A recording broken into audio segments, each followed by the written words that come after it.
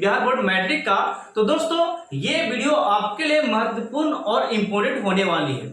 क्यों होने वाली है मैं आपको यहाँ पे एक्सप्लेन करता हूँ। दोस्तों इस फॉर्मूले को बिहार बोर्ड एग्जाम में कई बार पूछा गया है प्रूफ करने के लिए और इसके संबंध के बारे में, यानी कि यदि आपको प्रूफ करने के लिए मिला जाए तो आप किस तरह से वहां पे सिद्ध कीजिएगा, मैं आपको यहाँ पे 10 मिनट में आपको एक्सप्लेन करने वाला हूँ स्टेप बाय स्टेप। आप लोग वीडियो को स्किप मत कीजिएगा, आप लोग वीडियो को शेयर कर सकते हैं और चैनल पे पहली बार है दोस्तों तो सब्सक्राइब जरूर करके रखें ताकि मैं आपको बिहार बोर्ड एग्जाम में जितने प्रश्न भी आए हो उसे मैं आपको प्रोवाइड करा सकूं। तो चलते हैं वीडियो को स्टार्ट करते हैं और शेयर करना मत भूलिएगा और लाइक करना भी। ओके तो आज हम लोग देखेंगे, सबसे पहले मैं आपको रिलेशन के बारे में समझा देता हूं 1 मिनट। ओके जैसे कि हम लोग जानते हैं यहाँ पे R2F होता है, R2F होता है, यानी कि वक्रता त्रिज्या R को बोलते हैं और F से डिनोटेड जो होता है वो फोकस दूरी। ये रिलेशन समझिएगा, संबंध आपसे पूछा जाता है,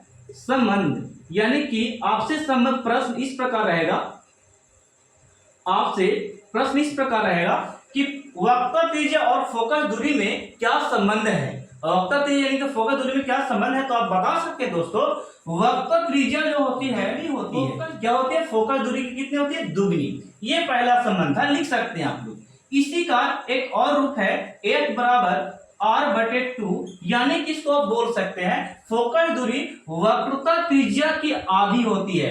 वक्रता त्रिज्या क्या होती है, आधी। ये यदि आप लिख देते हैं तो आपको पक्का मैं बताता हूं आपको 2 मार्क्स यहाँ पे मिलेंगे, पक्का गारंटी के साथ मिलेंगे। इस तरीका से आप लिख सकते हैं।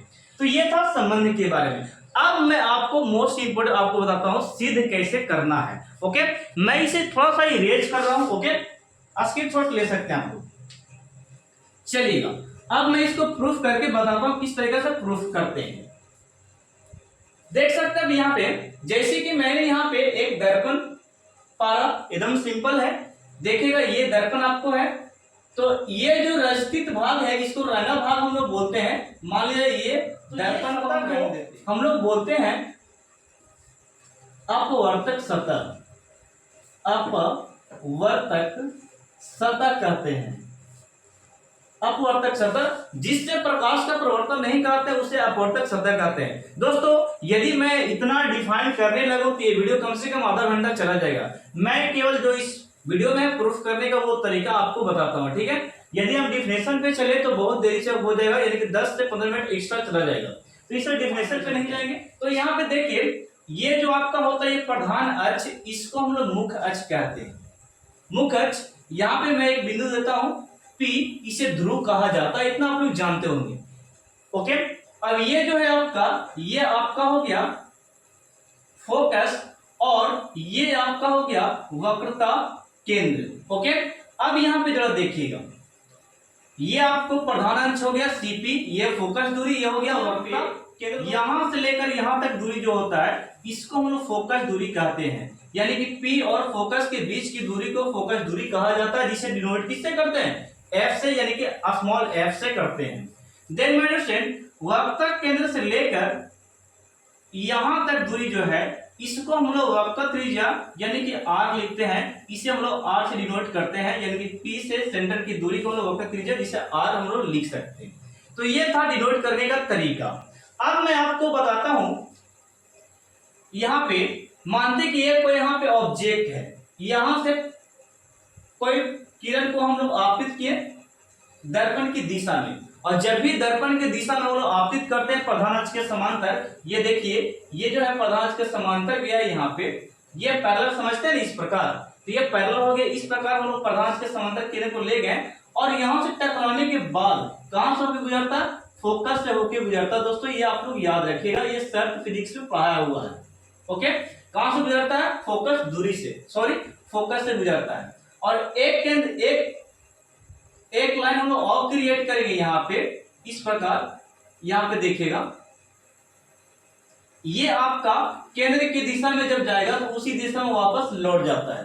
अब यहाँ पे 2 कोण क्रिएट हुआ, एक ये वाला बना कोण और एक ये वाला बना, यानी कि ये हो गया आपतन कोण, ये हो गया परिवर्तन कोण, जिसको हम लोग I से डिनोट करेंगे और इसको हम लोग R से डिनोट करेंगे। ओके सूचित करेंगे, इसको नाम दे देते हैं A बी। ओके, अब यहां पे दर्पण के नाम दे सकते हैं एम, एम और एम डैश, दर्पण का नाम हो गया। और ये जो है आपका, हम इसे आई देते हैं नाम, ठीक है, आई। एकांतर कोण से ये आई हो गया। एकांतर कोण किसको बोलेंगे? जब दो रेखा एक दूसरे के समांतर होती है और एक प्रतिच्छेद करता है तो ये कोण और ये कोण एकांतर कोण क्या कहलाते हैं? एकांतर कोण कहलाती है, दोनों बराबर। यदि ये 40 तो ये भी कितना 40, ये आर तो ये भी कितना आर, ये आई तो ये भी कितना आई। ये होता है एकांतर कोण का मतलब, यानी कि जब दो रेखा को, दो समांतर रेखा को एक रेखा काटती है तो एकांतर कोण क्या होती है? बराबर होती है। ओके, ये क्लास 7 का मैथमेटिक्स है, थोड़ा सा याद रखने वाली बात है, मैं बताऊंगा। चलिए अब हम लोग प्रकाश के प्रवर्तन के नियम से चलते हैं। प्रवर्तन के नियम से, प्रवर्तन के नियम से, नियम से।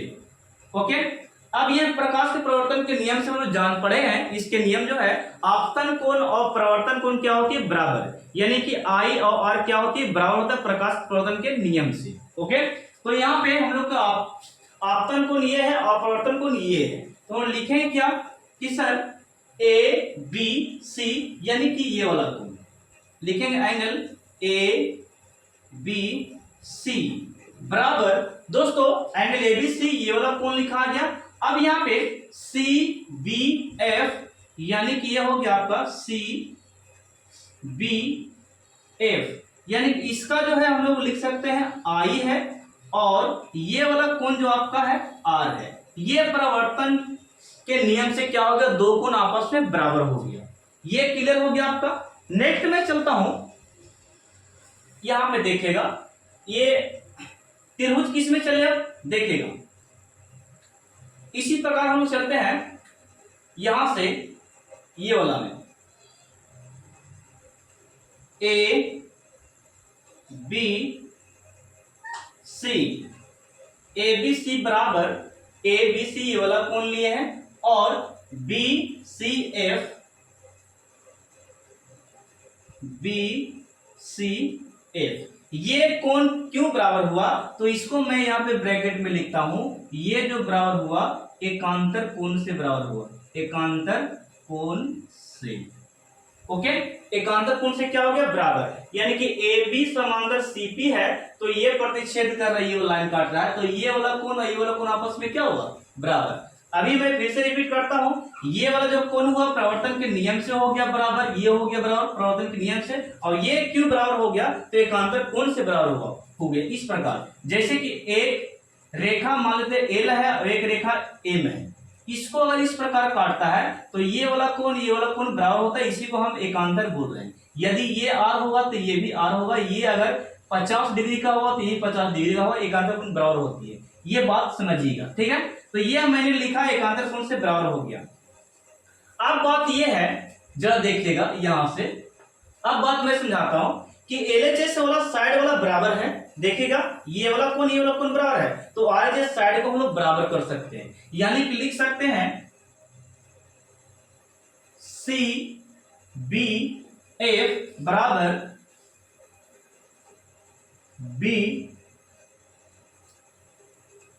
सी बी सी एफ।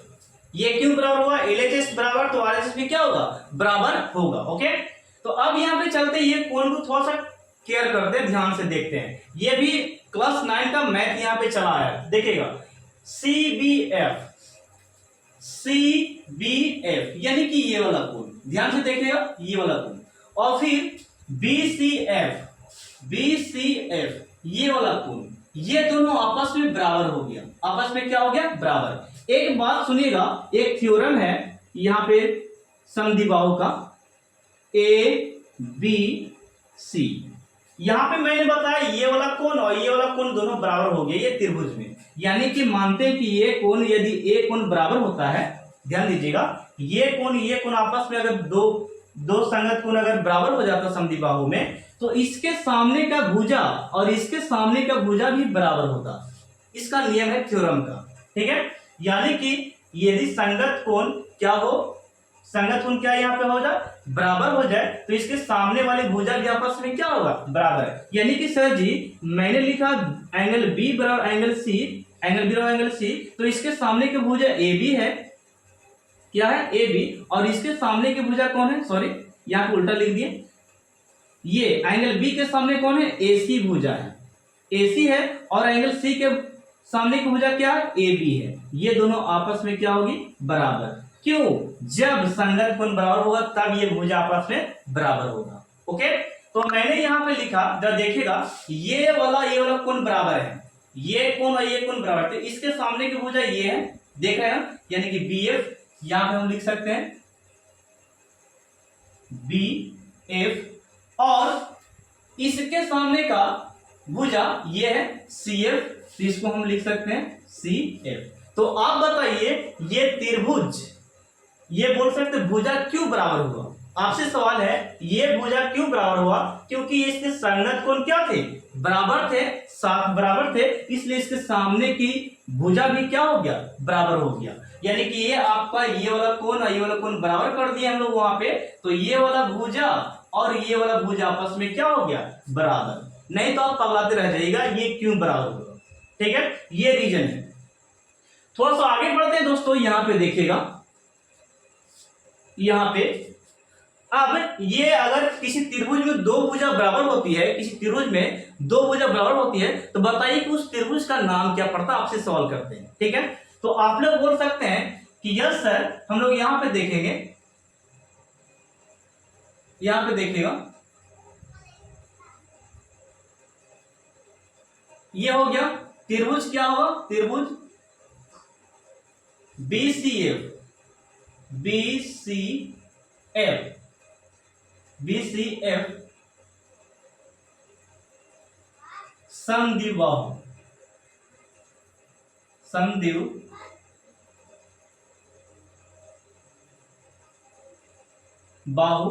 है। क्यों, क्योंकि ये दोनों भुज आपस में क्या हो गया, बराबर। चलेगा, अब यहां पे थोड़ा सा आगे चलते हैं, B को P के निकट लाते हैं। ठीक है, मैंने यहां पे लिखा यदि B को P के निकट, यदि B P के निकट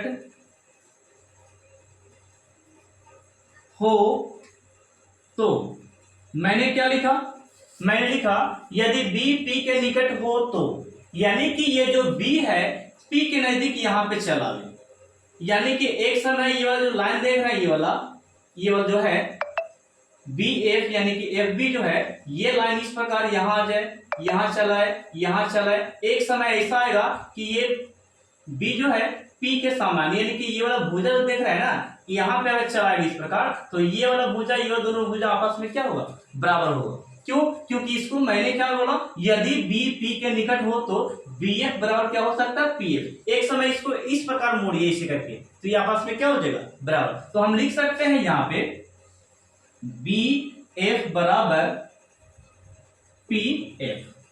आपसे फिर सवाल है कि बी एफ बराबर पी एफ क्यों हुआ। मैंने बोला कि यदि बी को पी के निकट लाया जाए, यहां पे लाए, एकदम नजदीक में लाए, तो ये वाला पी एफ और ये वाला बी एफ आपस में बराबर होगा ना, तो इस प्रकार लिख सकते हैं बी एफ बराबर क्या, पी एफ। सवाल नंबर सेकंड, अब यहाँ पे यदि बी एफ और बी एफ को गौर से देखते हैं, तो एलएचएस साइड क्या है, बराबर है, तो आरएचएस साइड क्या कर सकते हैं, बराबर कर सकते हैं। तो लिखेंगे दोस्तों यहाँ पे हम लोग ये लिखेंगे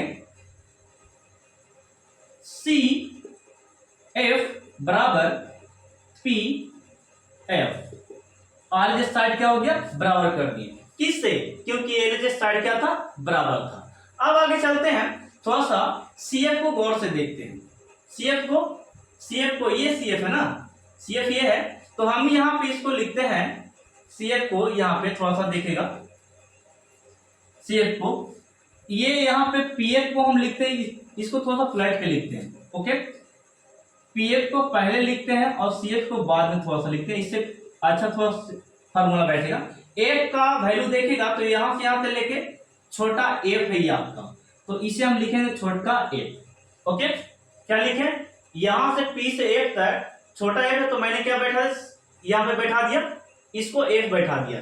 CF को गौर से देखिएगा, यदि हम CP में 2 से भाग दे दें, CP में कितना से भाग दें, CP में 2 से भाग दें, CP में 2 से भाग देते हैं, यानी कि ये पूरा में यदि हम ये वाला भाग को काट देते हैं तो बचेगा ये वाला भाग, CF बचेगा।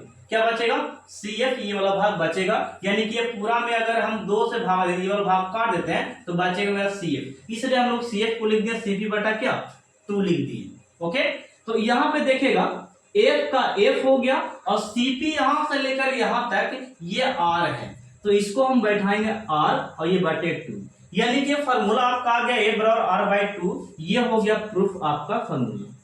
ओके, इस तरीका से आपको 5 मार्क्स मिलेंगे। तो आप इतना करके 5 मार्क्स प्राप्त कर सकते हैं। आप लोग कमेंट सेक्शन में बताइएगा कैसा लगा, कितना स्टेप आपको समझ में आया, कितना नहीं आया, आप मुझे कमेंट कीजिएगा। मैंने स्टेप बाय स्टेप एक पॉइंट को समझाया आपको कि आपको समझ में चला, ठीक है, बातों को मैंने रिपीट नहीं किया। देखिएगा, तो इस तरीका से आप सिद्ध करिएगा तो 5 मार्क्स आपको प्राप्त होंगे। और दोस्तों, यदि वीडियो अच्छा लगता है तो वीडियो को शेयर कीजिएगा और मुझे कमेंट में बताइएगा कि ये समझ में आया कि नहीं। इसके बाद मैं सेकंड वीडियो लेकर आने वाला हूं, उत्तल दर्पण में R/2F कैसे सिद्ध करते हैं, यानी कि इस दर्पण का अवतल दर्पण का मैंने पढ़ा दिया, अब उत्तल दर्पण भी सिद्ध करके बताने वाला हूं। थैंक यू, बाय बाय, मिलते हैं नेक्स्ट पार्ट में।